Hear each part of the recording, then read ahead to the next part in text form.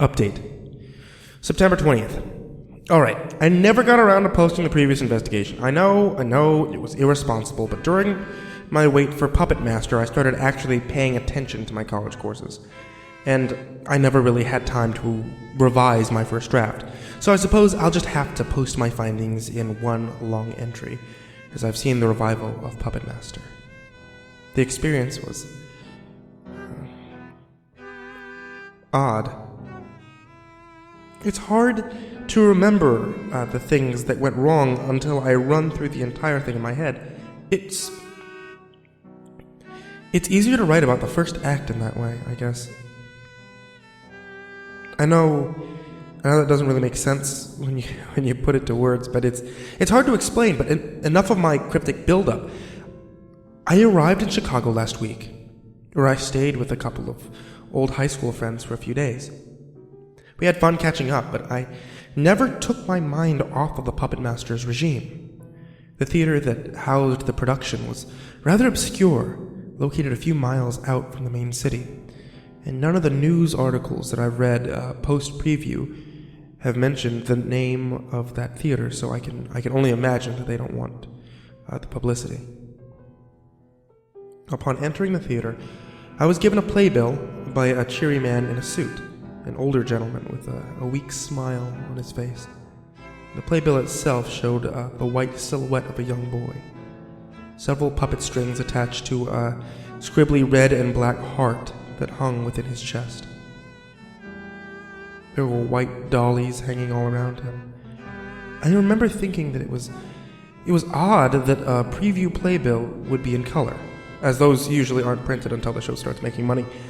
Well, anyway, I made it to my seat and began to read through the playbill itself. I didn't much care about the names of the cast members, though I do recall seeing the pictures for a boy playing the part of Marauder, a 14-year-old named Milton Holliday. And the show opened to a long, plodding overture, played mostly with piano, with these odd whistles being played through the speakers all around the theater.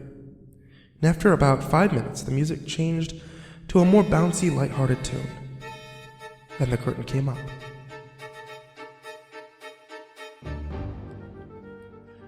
The stage was empty. Nothing but the projected backdrop of a village square with these old clouds floating above. About 10 children in 18th century Germany clothing skipped on stage, playing with balloons and dolls. As the music progressed, a small mechanical horse wheeled its way on stage. The lights dimmed, and the children stopped. The horse dragged along a cart upon which a small, curtained puppet box faced the audience. As the cart came to a stop, a large puppet in a black robe flew out from behind the curtain, and the children screamed and backed away. And then the puppet spoke. "Good day, little ones. What a wondrous day for a bout of play, isn't it? Now don't you be frightened, sweetlings. The puppet dressed in black has a tale to weave, and someone has to hear it. Why, even if a story isn't terribly uplifting, it's the relevance of the story that matters, isn't it? Now gather my popinjays. For this story, I'm afraid, requires the keen ears of a curious child. For only the innocent can see things simply, without the distractions of growth." The children looked at each other, then slowly began to gather around the cart. Once they were all seated, the puppet let out a chilling laugh. "That's the spirit, kiddies," he spoke. "Now this is a story about many things, about love and hate, about dark and light, about the difference between right and wrong, and the difference between wrong and right. But at the core, this is a story about a little boy named Raider. And with that, the light on the cart fades away, and a light fades in on a small boy holding a broom, smiling proudly. Raider. The rest of the prologue is rather bland, and I can't remember or decipher the audio to much of the exposition. The puppet, Raider, and Mr. Obscure share a song. We learn that Raider was an orphan who Mr. Obscure found on the side of the street 5 years ago, and has since put him to work in his puppet shop. The costumes from this point seem much less historically accurate from the opening scene. Everyone's costumes seem faded and bland in color scheme, but each of the outfits are ridiculously frilly and layered. Some of the story's exposition is changed. For example, Raider's last name, Obeisance, has been reapplied from the novel on which the story was based. The staging and set design is oddly reminiscent of Andrew Lloyd Webber's The Woman in White. Most of the sets are made up of hyper-realistic projections that give the illusion of a moving camera. However, unlike The Woman in White, there are far more set pieces which actually have moving images projected on them, like the revival of Sunday in the Park with George. For example, during one of the opening songs, I can hear them whisper. We see Raider sweep up along the puppet shop. We watch as the front desk and 2 puppet display shelves spin around on the turntable as the projected background spins slightly faster, adding in ominous shadows and subtle lighting changes. It was dizzying, but effective. Most of the Act 1's exposition seemed rather harmless, in my opinion. It almost seems like the start of a Disney show. However, I did find my inner critic rolling his eyes at some of the lyrics, my personal favorite being, "He pretended he was crying, though they told me he was lying, and he's a sickly boy, knowing not of joy." However, upon comparing the new version to what I've heard about with the other 2, there are some significant changes to the show. For example, the character of Madame Repario has been cut completely. After the cutesy song Get a Puppet, we are taken to the center of the village, and here we have one of the songs that had been cut in the previous version, entitled Whittletime, in which the villagers celebrate a holiday of the same name. The celebration focuses on villagers dancing around with a puppet doll made out of random objects such as twigs, scraps, and clothing, and cornstalks. The music is charming, like a folk song, although the lyrics don't seem to make much sense. Dancing as we pither, though the wilting and woe, evermore aligned along the ever-growing row, eyes without a trace of tone or livelihood, and so rise and rejoice for a Whittletime song, and the willows will wander all Whittletime long. Here, the song where the children sell dolls is used as a bridge in the Whittletime sequence. Another change is the rearranging of the wind and whisperings, a song that was originally played in Act 2. In this new version, it's sung monotonously by a group of black-clad people mourning the loss of a young girl, a rape victim. The sequence itself is it's so strange. Around 8 people walk on stage, 4 of them carrying a small open coffin, and the lighting goes from yellow-orange to blue, and the chorus drones on for about 8 minutes as someone explain how the girl died. The wind was her muse for play, and she pranced along the riverway. She slipped along the sides of the weeping willow's hairs, and she danced along the riverway with narrow remorse. The whisperings from far away, calling out for her to stay.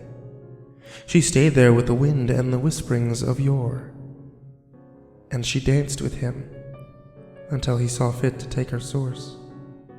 Again, this uncomfortable ensemble song goes on for about 8 minutes. From what I could assume, The little girl had been playing along the river when a man asked her to stay with him until nighttime, where he tied her down before a policeman stopped him right as the girl had perished. Other than that, most of Act 1 seemed the same as the other versions, given there is a small bit where a girl with a puppet mysteriously appears and disappears while Marauder sweeps up the shop, and a random scene right before the finale in which Mr. Obaskar sings about the hardships of raising Marauder, a song reworked from the same song Madame Repario sang in 1934. The finale song itself, which so many people had claimed held some sort of force to it in the 1934 production, didn't seem all that powerful. Though this may be due to a rewrite. The 1934 version was said to be significantly longer than the 1928 workshop, and at around 12 minutes of non-stop gibberish lyrics. The version had a reprise of The Wind and the Whisperings, followed by a few verses told through the old language. The lyrics are in fact somewhat odd-sounding after 2 minutes of non-stop strobe lighting, but I wasn't that affected by it. There weren't any deaths after the finale, at least. Though, intermission did last 10 minutes longer than it was supposed to due to technical difficulties backstage. Act 2 was where most of the changes seemed to be. It began with a light on Marauder being strung up on ropes like a puppet, his friends and Mr. Obaskar hanging on each side of him. A new song plays, where all the songs from Act 1 are placed into a montage, while the Act 1 finale music plays in the background. And just as the music shifts to the pounding Whittle Time music, Marauder awakens. And remember when I mentioned that Act 2 was mostly made up of a bunch of songs played one after the other for no apparent reason? Most of that's been cut. The only two songs from that long, drawn-out sequence are What Is This Place? And Marauder's Soliloquy, which has been renamed to Marauder Confronts the Puppet, and has been changed to a duet sequence. The lyrics have been improved, whereas the 1934 show had lyrics such as this. What is this place? What are you aiming? This isn't well, sir. Why are we gaming? This isn't a game. The improved lyrics are, what is this place? Wait, am I dreaming? This isn't real, no, nor what it's seeming. It's all a dream. It's still a little clunky, but at least they make sense now, and the particular scenes that I listed before involved a panicking Marauder confronting the puppet dressed in black, who explains that Marauder's soul once belonged to a child rapist, and that he died before the puppet could punish him. This is where the set design becomes a bit odd. There were several floor-to-ceiling metal dollies that would constantly roll about on stage as if to symbolize Marauder walking somewhere, and the backdrop went red, and there were projections of puppets flinging the corpses of children along the walls. To say it was unsettling would be an understatement. After this, the story progresses in a similar manner as the 1928 workshop, but with different twists. Marauder learns that the odd-looking man in black from the first act was the boy that Marauder raped in the past life. The man in black wants to revisit their relationship, but Marauder wants nothing to do with him. They spend the next 10 minutes singing about what might have been, and Marauder begins to remember things. He ends up seducing and dominating the man in black, while a group of children acrobats frolic along the long sheets of fabric above them. And just then, the puppet dressed in black shows up and orders the old man to go away. He explains to Marauder that his punishment is to forever serve him, aiding in the future murder of children in the village where he lives. As they both sing the title song, several children, including the little girl who drowned in Act 1, join in, all holding miniature puppets dressed in black. The new ending is a bit confusing, but apparently they're saying that pedophilia is some sort of vicious cycle. When one dies, his soul is placed into that of a newborn child who will, by fate, become one themselves. This influences them to be. Marauder, as well as several other children, manage to defy destiny by escaping their respective rapists, which results in their being enlisted into the Puppetmaster's regime. It makes so little sense, and it's so damn creepy. Then, just like in the 1928 workshop, all of Marita's friends are returned to the puppet shop, but none of them have any memory of Marauder. We cut back to the cart from the prologue, where we see all the children have disappeared, and from the back of the puppet box, Marauder and the man in black exit from behind the curtains. They hop upon the horse and begin to trot their way out of town. As they exit the village, they hear a small girl's terrified screams. She lunges out in front of the cart. She begins to beg Marauder and the man to help her, and just as the old man rushes out in pursuit, he insists that he is the girl's father. But she sobs that she's never met him before. Panicked, Marauder pulls on the horse reins and runs over the man, killing him. And the man in black turns to Marauder, and his voice low whispers, "Marauder, what have you done?" Before the lights go out. However, right after this scene is where things quickly became wrong. The lights slowly fade up from the green tint of the forest into a deep blue, similar to the lighting during the wind and the whispering. The entire company slips out from backstage holding their miniature puppets, staring directly at the audience. And just then, the lights begin to flash and the puppets... And I know this sounds kind of stupid to say, but they sang. I don't mean that the children sang while controlling the puppets' mouths. The puppets... they actually sang. And oh God, the song. It was the same gibberish from the Act 1 finale.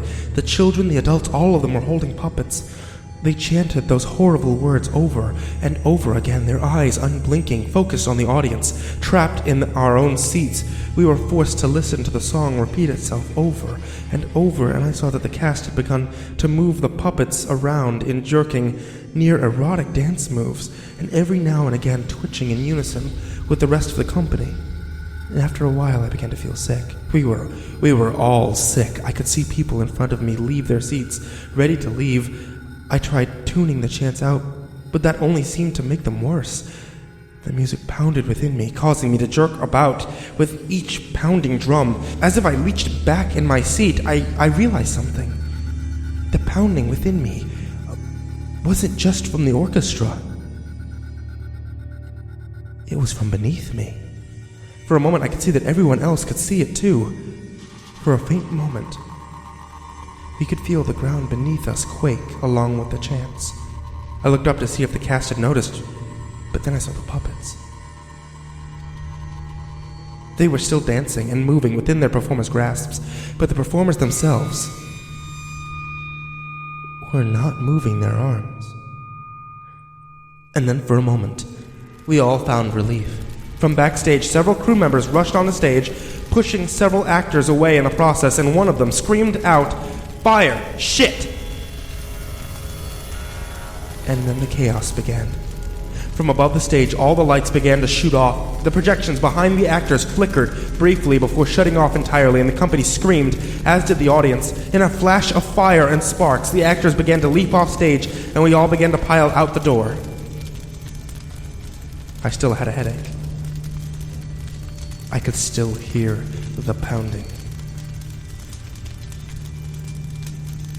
The fire department arrived shortly after the theater was evacuated. About 10 minutes before the trucks arrived, we heard the back of the theater collapse. I've since checked the articles online, and 60-plus attendants of that show, 9 of them being the cast and crew, have gone missing. As it turned out, most of the people who didn't leave the parking lot were either helping out like me, or were too shaken up to drive. And when I finally began to walk towards my car, a gurney was wheeled right past me. The man that I saw laying there unconscious and hooked up to an oxygen tank was the same man who handed me the playbill. I drove back to my friend's apartment and went straight to bed. Even in my sleep, I could still hear the pounding. By morning, my headache had stopped, but the memory of the night before still lingered. I went to my computer straight away to upload the audio that I had recorded. My camera tends to divide long videos into smaller ones, and I immediately deleted the last video. Nobody ever needed to hear that, especially not me. I listened to the recording again, making notes in word processor as I went along, and I found myself humming to some of the more bouncy tunes. The pounding slowly fading away. My fear of the show has lessened. The idea of supernatural forces destroying the theater seemed far too ridiculous for me to take seriously, and I brushed the fear aside. Once that was done, I went to work scanning the playbill. And after scanning the front, I went to work scanning the interior pages. A bit curious, I skimmed through some of the production names. And it was then, right there on the third page, I saw the picture of the man who had handed me the playbill. The man was the head producer-director. A cheery old man with a wrinkled face, looking away from the camera, and below his picture in bold letters read the name: Timothy Cartwright. My face scrunched. My breath went still. All I could hear was the faint memory of the pounding. That isn't right, I told myself. It isn't possible. It's a different person. It had to be. Timothy Cartwright died on October 1st, 1935, at the premiere of the Puppetmaster's regime. Everyone saw it. Everyone saw him begging for help, strung up on strings. This isn't possible.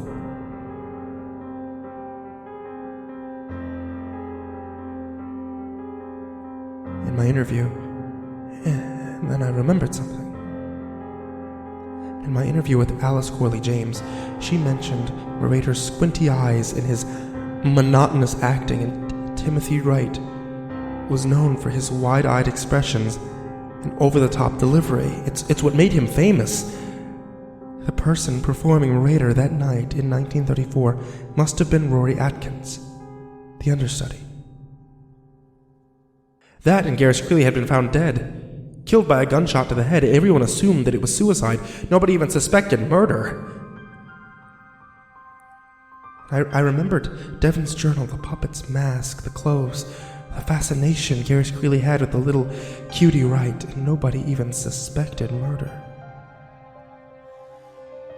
Why would they? And then to add to my revelation, I realized that among the cast members who had escaped from the theater, there was one boy seated in the back seat of his mother's car. The vague, empty face of Milton Holiday. Orator. The Puppetmaster's regime is not a simple musical. I've come to realize it's more than just a production. It's a force, an entity even. It's not just a madman's sick, elaborate scheme It isn't just a young boy's obsession over destroying his father's work. It isn't only an innocent victim's last attempt at showing the world how he was wronged. It's a greater monster than that. And within the writing and music of this show is something I don't know what, and I don't want to know what, some kind of monster that refuses to die. And people who saw the Puppetmaster's regime in both 1928 and 1934 were said to have suffered from long-life mental effects, causing them to hum tunes that they had heard only once. And even now, as I type, I quietly hum the sick, demented tune of Never Mind Me, Mister. And when I sleep, the wind and the whispering refuses to rid itself from my subconscious. I find myself thinking about this production night and day, singing and thinking about possible depths to certain subplots and songs. And what's worse is I know that someday another revival of the demented work will make its way onto stage. Milton Holiday is still alive, isn't he? And this evil won't rest until it remakes itself again. I've decided not to post any more of my findings. This includes the audio taken of my revival, and I suggest that none of you ever attempt to look further into the matter.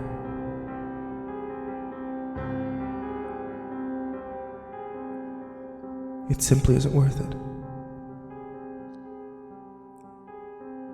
A few days after writing this, I read a few articles about the fire at the theater and those 60+ missing people.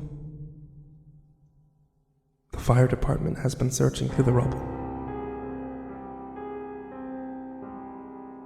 None of the bodies have been found.